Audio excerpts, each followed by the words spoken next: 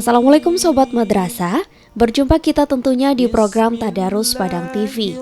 Kali ini pemirsa, selama setengah jam ke depan kita akan ditemani oleh teman-teman dari Mandua Padang untuk mendengarkan pembacaan ayat suci Al-Quran untuk mengisi malam-malam Ramadan kita pemirsa.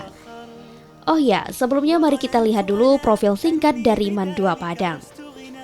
Sobat Madrasah, Mandua Padang merupakan sekolah yang mempunyai akreditasi A unggul di tingkatnya dengan nilai 96. Sekolah ini beralamat di Jalan Gajah Mada nomor 100, Kelurahan Gunung Pangilon, Kecamatan Padang Utara, Kota Padang, Provinsi Sumatera Barat.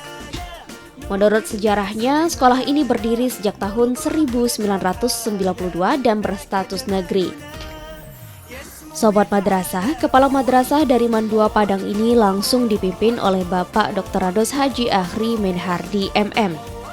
Adapun visi dari sekolah Mandua Padang ini sobat, yaitunya menjadikan madrasah unggul dan berakhlakul karimah. Selain itu, visi madrasah Mandua Padang diantaranya terwujudnya madrasah yang berakhlakul karimah, terwujudnya siswa-siswi yang berkualitas dalam bidang akademis dan non-akademis, terwujudnya disiplin madrasah yang kondusif dan persuasif, serta terwujudnya madrasah yang berwawasan lingkungan. Wah, sungguh luar biasa bukan Sobat Madrasah? Oh ya, Sobat Madrasah, Mandua Padang juga memiliki segudang prestasi loh. Di antaranya, Mandua Kota Padang Lomba Grand Campus tingkat SMA, MA, SMK se-Sumatera Barat di Man 1 Padang Panjang.